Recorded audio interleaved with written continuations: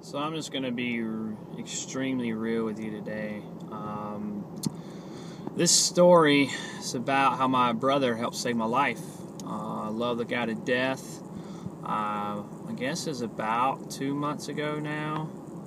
I was living in this false, I don't know how you would say it, a false sense of happiness. I had this wall built up that I was happy all the time, and I thought I truly was happy all the time. I portrayed that. I had built a wall up so strong because I had been hurt so much that I really didn't feel anything. Was very cold, very numb to a lot of things, to people I cared about, to people I was around. I pretended to care, and even some of my actions that I did showed that you seemed like I cared and I was happy, but deep down inside I wasn't.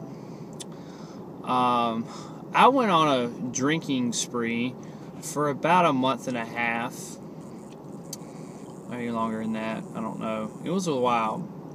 And it was probably almost a month where I drank every single day. And I don't think drinking is bad. I think drinking in excess can ruin you, and it did me because I did drink, and it wasn't just a one or two drinks here and there. It was a lot of drinks. And I was working all the time, and it was a Sunday night. Actually, before I went to Austin, before I really, I guess it was about 2 weeks before Austin, and right before I went to bed, I prayed this. I hadn't prayed in God knows how long. I didn't know how long I prayed, and I prayed, and what I prayed was, Lord, forgive me my sins and take me in my sleep. Whoa. It hit me. I was sad. And I was so far gone, removed from reality, that I didn't want to deal with anything anymore. I didn't want to face life. I just felt empty, so darn empty inside. And I remember because I made this promise to my brother that if I ever thought anything like that, or if I ever said anything like that, that I would call him. And I did. I called him. We talked for about an hour, and he made me realize that I had to make a change in my life. I had to change the way I was doing things. He had come back from Denver right around the new year, and it's so funny how God works and how things work. He was actually going to call me and talk to me about how I was, this whole process started when someone that used to be very close to me, that I'm not close to anymore, she told me, she said, you better watch out who you surround yourself with, and those people are going to destroy you. And I was ignorant. Didn't pay attention. I had thought, oh, I'm Mr. So-and-so. I'm happy all the time. But it's true. It really was. There was a lot of people I was around, the places I was going, the things I were doing, the activities I was participating in were self-destructive. And finally, I basically hit rock bottom. I don't think I've ever say I would have hit rock bottom, because I've had some pretty low points in my life, but the fact that I thought and said that, I didn't even know I was like that, really made me hit rock bottom. But then, like I said, I talked to my brother, and I started this journey. So right around New Year, 2013.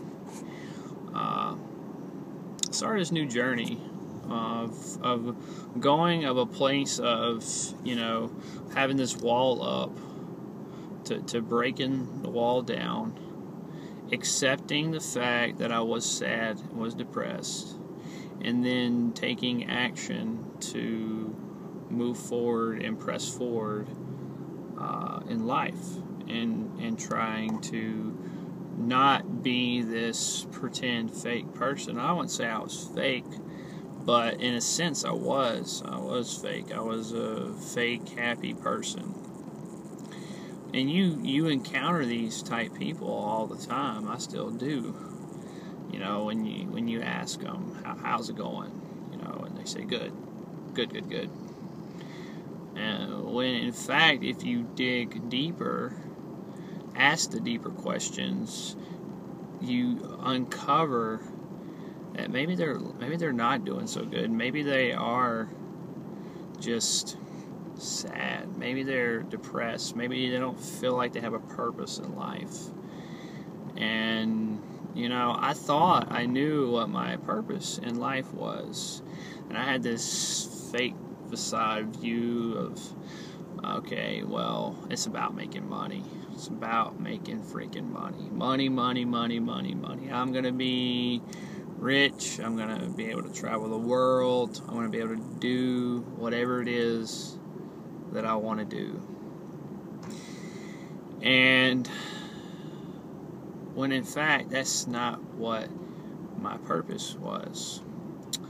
So let me tell you how the journey started. I started with that. The girl I used to be really close to telling me that. Then it started with my brother. Then I started with a few of my friends. A friend of mine, Beth, she sent me a Bible verse. And gosh, I haven't received, like I told you, I ain't looked at the Bible in forever or prayed or nothing. And it talks about and the verse was about casting your burdens upon the Lord and all this different stuff. It just got me thinking. And then I went to Austin. I went to Austin, Texas, right on my birthday. And I think it was Saturday or Sunday, sitting in the room there. And Dave Wood posed a question. You know, he said, think about, you know, what do you want to do in your life? What would make you happy?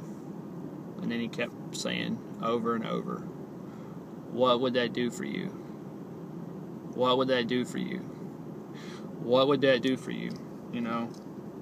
And, gosh, my eyes hurting here. But, then it hit me. Hit me like a ton of bricks. You know, what my purpose was on this earth. And I have a deep passion.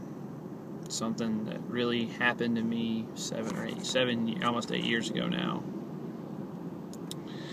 I had someone very close to me, my mother, end her own life.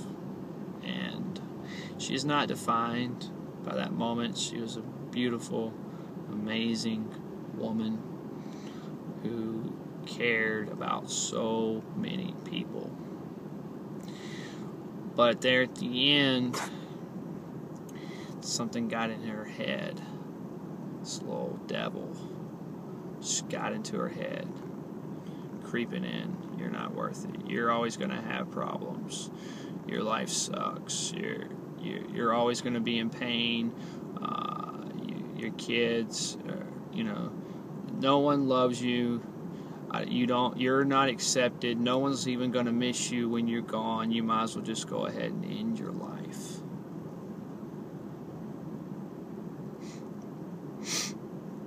And if you're watching this and you're that person, it's not worth it. You have a reason to be on this earth. You do. And I want to encourage you. It's heartfelt stuff here. To not end your life. To to realize that life has meaning. You can discover purpose.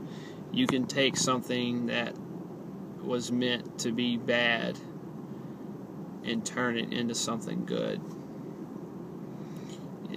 You don't always have to be in this negative mindset. And if you feel like your life's in a rut, you're not going anywhere in life, you can do something powerful with your life.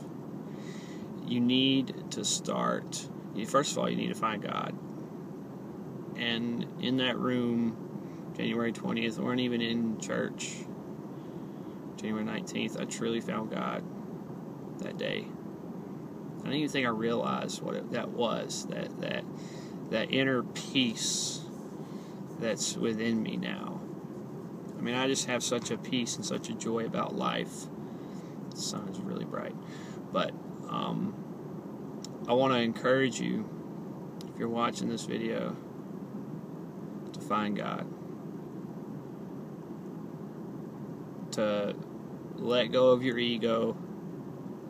To let Him in your life.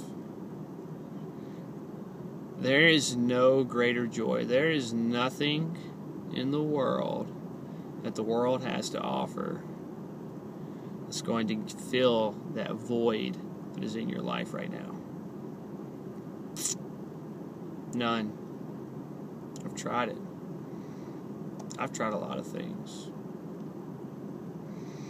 But I always came up feeling empty. So empty.